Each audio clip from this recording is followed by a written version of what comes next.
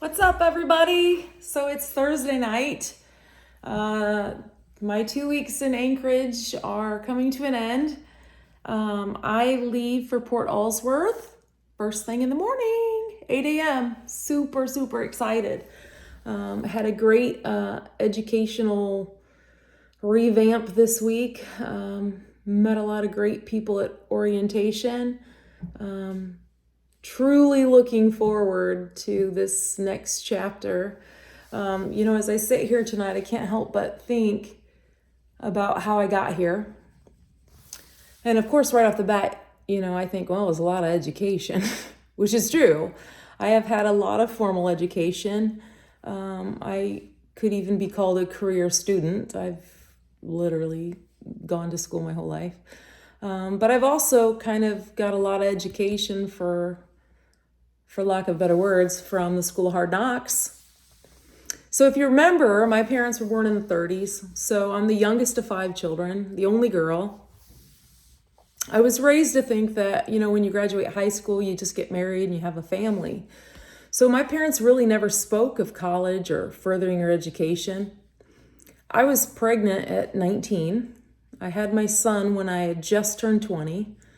As a single parent, almost all of my friends went to college. I didn't think that I realized that could have been my life, because I really wasn't groomed to think like that. As I mentioned in a previous blog, I started dabbling back into college when I was about 22, I think, 21, 22. Of course, my first initial launch was phlebotomy. And of course, thanks to that retired pathologist that came into the restaurant that day, he shifted my gears toward histology.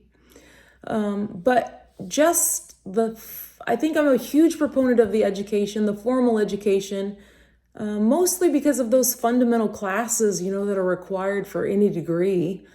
I know college isn't for everyone, but what I gained from those basic courses really shifted how I thought. It allowed me to see another world that I really wasn't familiar with. I remember my first psychology course. Definitely wasn't my favorite subject, but I remember my teacher really well. She was an older lady, and she just had this real passion for psychology.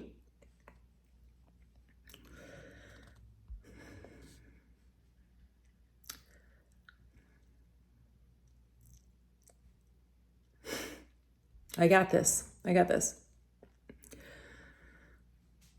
So I can remember in that psychology course, we were going through these psychological profiles and thought processes. And early into the semester, we were told that our semester final would be, we would talk in front of the whole class, we would pick a topic, and we needed to talk about how that topic psychologically transforms you.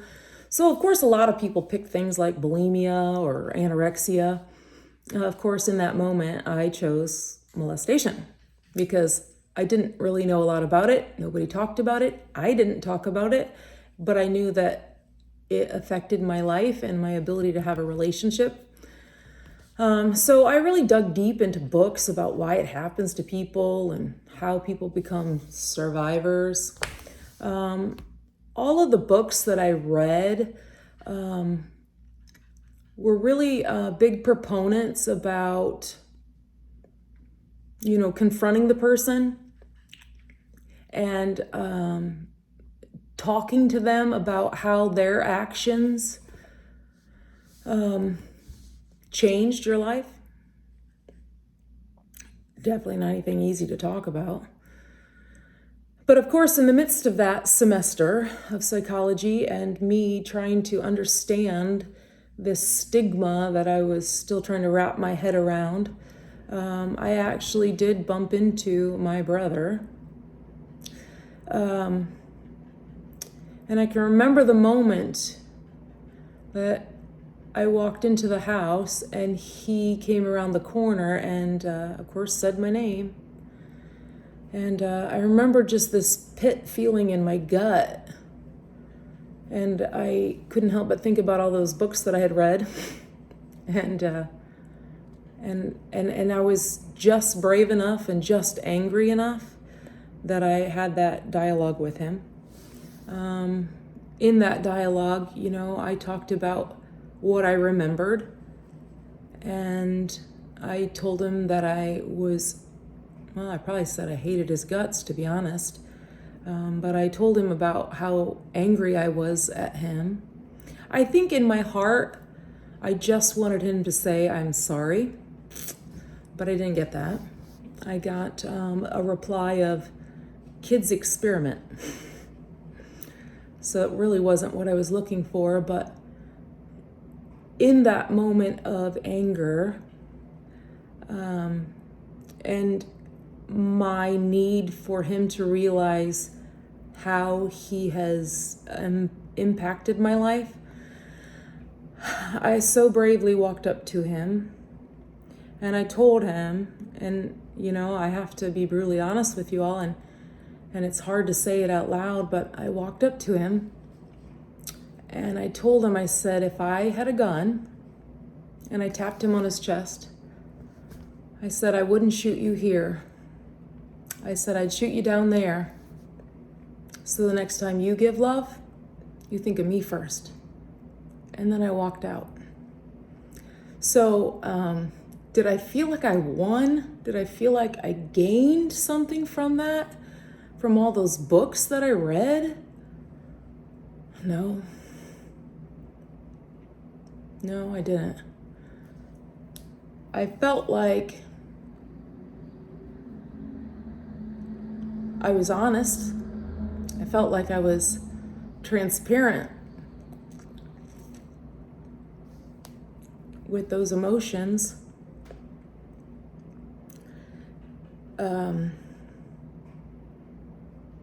So needless to say, I had that encounter with him. And then I walked away, and of course I wrote that paper for the final of that semester. Now, of course, you have to stand in front of the class. Now, you think I'm going to stand in front of that class and say I was molested? Not going to happen. So I stood in front of the class, and I took one of those concrete memories that unfortunately are anchored in my brain, and I created the scenario that I can see like yesterday, and that was my opening paragraph. And of course, because I was so smart, I wrote it third person. But of course, before I even finished the first paragraph, I could see on the faces of everybody in my class that they knew that was my story. That was hard. So of course, everybody went through and they did their dialogues, their papers. They presented them, and then of course class was dismissed, and of course that beautiful older professor, she asked me to stay. So as you can imagine, the fear of God ran through my veins. But I knew that she was truly passionate about her work and her knowledge, and she told me that she knew that the story I told was mine. And she also told me, she said, I think your healing will begin when you first forgive yourself. Those words were so powerful, and I think that they echoed in the back of my skull forever. I mean, I was just at this very beginning of trying to figure out what this stigma was, what this trauma means, how it impacts a human life. 6 months after I talked to my brother, he killed himself. Yeah. That's the power of words. So now I'm so much more cautious with them. I think in my heart, I wished if I could turn the table around, I wish I could have forgave him. I wished he would have just said he was sorry. I just think that's all I needed. But it is what it is. So yesterday, So I say that because there's so much power in education. But yesterday when I was at Hatcher's Pass, remember, this is the most magnificent place in the whole entire world. Truly what I would imagine heaven to look like. And when I was up at the top of the mountain, in my dress shoes, getting ready to do my blog, I bumped into these 3 beautiful little college girls. Oh, they're adorable. I would say they're probably still in college or freshly out of college. And I think they were from Kansas State University, and I hope I don't have that wrong. But one of the pictures I took for them, they had their bodies shaped like the letters, so it was KSU. Truly adorable. One of the girls said, you know, everybody says you got your 20s to figure out the rest of your life, or what you're going to do for the rest of your life. I quickly stopped her. And they asked me about where I was from and, you know, how I ended up here in Alaska. And I got to tell them, you know, I did autopsy in my 20s, I did nursing in my 30s, and I've been a nurse practitioner in my 40s. So, you know, you don't have to make one decision about what you're going to do. And I just reminded her, I said, you know, the heart and the mind will always transform and change. I told her not to be afraid of that change. I said, it's okay to dream a different dream. I said, do something you love, something you're passionate about. And if in the course of that you realize there's another dream, be fearless. Chase it. You know, there's a song, when I first started thinking about this whole Alaska thing, there's a song that came on the radio. It's sang by Cody Johnson. It's a country music singer. It's called Till You Can't. When I heard it, I felt like there was this little voice inside of me that was brave enough and loud enough to say, it's okay, you got this. The chorus in the song is what really truly echoed in my heart. It says, if you got a chance, take it. Take it while you got a chance. If you got a dream, chase it. Because a dream won't chase you back. And how true is that? So I sit here on the precipice of a completely life-altering decision. And how did I get here? You know, I just think that I have to thank all the education, whether it was from the School of Hard Knocks or if it was from the formal education that I received. There's just so much value in both. And I think that if you're able to weigh the two, process them, have a dream, be brave enough to chase it, you ought to do it. So here I am, getting ready to get on a bush plane for the first time in my life and fly, I think it's an hour, maybe an hour and a half through the mountains, because we can't fly over them, they're too tall. And tomorrow morning at 8 a.m. I'll board that plane, and then sometime between 9 and 9:30 I'll get off that plane and I'll be home. So much adventure awaits, so much new knowledge to learn.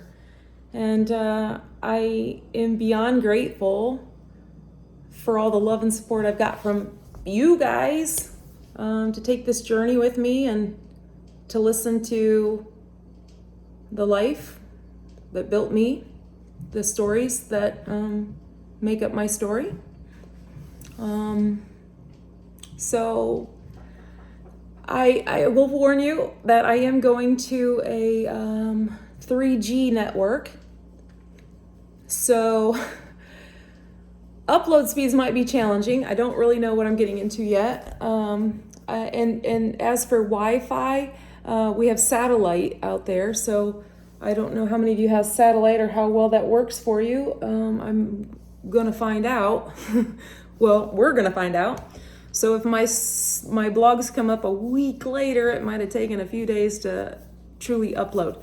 So I just want to keep you all on this journey. I'll keep feeding you a little bit of my life at a time. I don't want to choke anybody because sometimes it's a lot to swallow. But we're going to do this. And did I tell you how excited I am?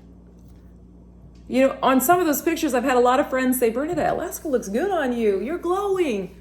Dude, I feel it. This place is truly magnificent. And I truly believe that this is where I'm supposed to be. This is home. So let's do this. We'll see you in the morning.